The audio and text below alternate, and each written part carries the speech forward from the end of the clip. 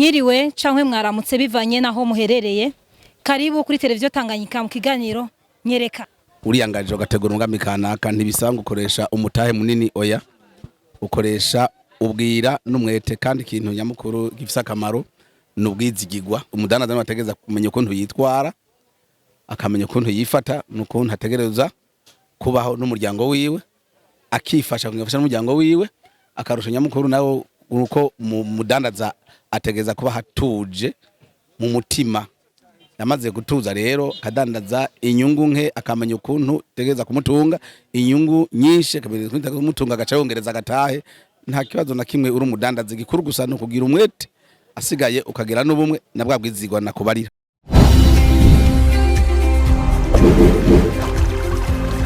Televiziyo Tanganyika.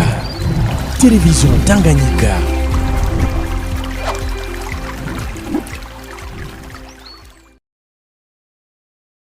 Mwiriwe cankwe mwaramutse bivanye naho we muherereye. Abakunzi ba televiziyo Tanganyika, kaze mu kiganiro Nyereka mugishikirizwa na Butoyi Khozine. Ubu turi mu gisagara ca Bujumbura aho benshi twa kuri Velomoto cankwe kuri Loparisien. Kaze tugire cyo tubereka. Mwiriwe Mumeze neza? Yego ndashima. Turi kuri televiziyo Tanganyika. Mwo twibwira mwo muri bande mukabwira n'abadukurikiranye n'abakiriya banyu. Jeni Twabizimana Manuel. Nkabasanzwe nkorera ngaha ku muryango wa Cave wa Loparisien imbere ya Village Market. Bizimana Manuel, turabona ufise ibintu vyinshi cyane biteye igomwe kandi hari abakiriya bahora barondera nk'ama Pampers, bakarondera amapapier toilette bakayabura. Woshora kubabwira neza na neza aho duherereye ahariho? Aho duherereye ni ku muryango wa Cave wa Loparisien imbere ya Village Market. Yaho ni Village intuze Velomoto, niyo adresse nziza niho dukorera mu buzima bwa misi yose uko bukeye ko bwije. Bakiriya bacu mwumvise ko turi ku muryango wa Cave wa Loparisien, benshi bakunze kwitwa kuri Velomoto, hakujya yaho niho muca mubona Loparisien, ariko muje neza na neza ku muryango wa Cave cankwe hakujya ya Village Market muca mubona aho Bizimana akorera. Bizimana, twagira tubibarize utubazo tubiri cankwe dutatu, nizihe ntambamyi muhura nazo muri urudandaza rwanyu? Intambamyi ntaziriho, ni kisanzwe kibaze c'ubukene gusa busanzwe buriho mugabo umudandaza n'umuntu ategereza kwihangana akavumiriya. Hari igihe c'ubukene n'igihe c'umwimbu byose tubirorera byose, turadandaza buza bwa misi yose tukaronka ayo dushaka gutungisha umuryango. Kandi abakiriye baraza bake bake mugabo hanini mutahe niwo dukeneye mwinshi, nk'igihe tworonka nk'abantu badufata mu mugongo tukaronka agatahe kiyongera byo bavyiza cyane kurusha. Ati nta ntambamyi ndende zihari, mu bisanzwe ibintu byose bimeze neza. Bimeze neza, turashima ko mutegeko musaba gushima. Ibisigaye agatahe nako Imana izoduhezagira tuzokaronka canke habonetse nk'undi muntu umugira neza adufasha bizogenda neza. Ego kuri na televiziyo abakiriya bawe baragukurikirana ari benshi cyane gose. Twashaka umenyeshe hari abantu ngaha hanze batazi bumva babuza ahantu bahera mu gukora, babura ukuntu babitangura. Wobwira iki abantu bumva bifuza gutangura ibintu by'urudandazwa? Wobatera intege zingana ni gute wobatera intege kugira ngo bumve batinyutse bakuri amaboko mu mpuzu nabo bakore? Ibintu by'akazi mu bintu byose uriyangaje ugategura umugambi kanaka ntibisanga ukoresha umutahe munini oya. Ukoresha ubwira n'umwete kandi ikintu nyamukuru gifisa akamaro n'ubwizigirwa, kuko naho utanguza amafaranga makeya urita kuba dandaza bakuru bakurusha umutahe, ukabasaba ideni barariguha, asigaye ukazura bishura bongera baguhirindi. Nta ngorane nimwe ugira iyo uramutse uri umwizigirwa kandi ukaba ufite naho ukorera ataburyayo baburimo. Turashaka kubaza utundi tubazo kuko hariho benshi bifuza kumenya vyinshi vyerekeye urudandazwa, nico gituma ikiganiro cyacu twacitse Nyereka. Nakaye karusho mubona mu bidandazwa vyanyu gusumba kwishara? Oya, karusho ni keza cyane, kariho ni kanini kuko turitunze tugatunga n'umuryango, no kuvuga nta gusegereza kubamwo.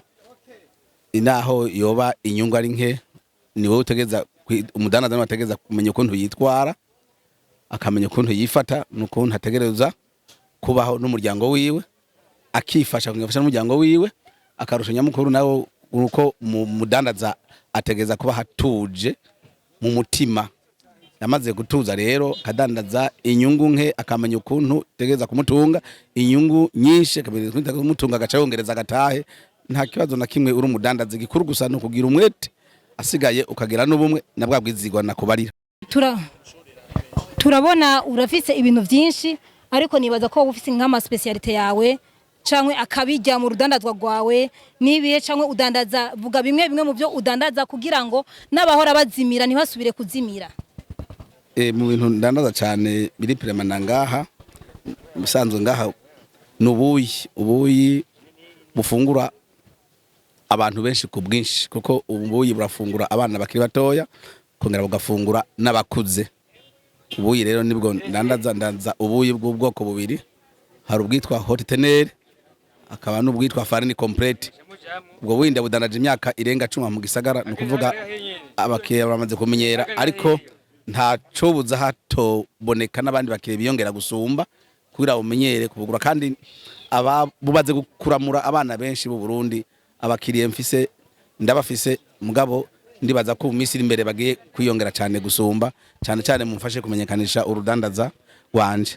Ikindi igira kabiri naco kiri kuri peremana kidasiba kandi kitabura kandi bimaze kuhamenya cyane n'amapampesi y'abana hamwe n'amarenjeti y'abana. Ivyo ni ibintu bana abarundi n'abantu dusanzwe dufise programa yo kugwiza umuryango mapampese marenjeti. Ivyo bintu biriho nta muntu yidoga ageze ngaha kira pampese ubwoko bwose iyo uri pampese ubwoko bwose uburiye ngaha nta handi ushobora kuyikura aha mu gisagara ca Bujumbura naho uje ngo zicanye mu Kayanza cyaye mu Rumonge iyo ari yose tegeza kuyironkera ngaha kuko n'abantu bose bitwa ko bazirondeye bazibuze babarangira ati genda kwa Bizimana Manuel nta pampese ubura canke renjeti kanaka bwo gutandukanye. Ibisigaye navyo nama Kotex murabona ko ariho ubwoko bwinshi asigaye n'amata y'abana bakiri bato bakivutse kuva bakivutse gushika ku mezi 6 no kuva ku mezi 6 gushika ku mwaka hasigaye n'amanido n'ama Cerelac ibintu by'abana eka mbere no ku bantu batari bayimenyere cyane batabitahura cyane n'amapampesi y'abantu bakuze aba mama aba papa bora mu kiringo cy'iwacu hari umuntu afise ikibazo akaba afise umuntu afise ikibazo agwaye no kuvuga rero iyo agwaye akaba akiriho arakenera pampese. Izo pampese ubwoko bwose ziriho ndazifise ziriho ntango nta muntu yidoga muri commerce n'amawiro derive narashizemmo agatare kateye kiyongera wiro derive ubwoko bwinshi ndazifise ni nyinshi cyane gose. Yego ibidandaza novuga ko je ndashima nta kibazo n'amapehasha ariho ubwoko nabwo bw'amawomo sinogo ndabudondora amawomo n'ubwoko bwinshi cyane ay'ibiro 5 ay'ikiro ay'amanusu nukuri ndashima kandi biragenda neza no kuvuga mu buzima bw'amisi yose byo bidandaza byanje birantunze kantungira n'umuryango. Murakoze bavyeyi nimusubire kuzimira mwavyumvise ko hariho ubuyi amata kuva ku bana bato hariho amapamperse tutibagiye n'amakotex ku bakobwa n'abamama. Karibu umushorere nimusubire kuzimira bakwiye kwiyongera bakabandanya kuza kunshorera bakanteza imbere kugira nanje mbandanye baho n'umuryango wanje. Murakoze bakunzi ba televiziyo Tanganyika mwako baradukurikirana muri iki kiganiro cacu nyereka reka nawe uze utwereke natwe tukwereke turagira amapublicité turamenyekanisha ibidandazwa bitandukanye. Reka ugire subscribe like and share ntibibagire commentaire yawe kuko irakenewe muri kino kiganiro. Murakoze mbwiraho muba mwubahwe. Ciao.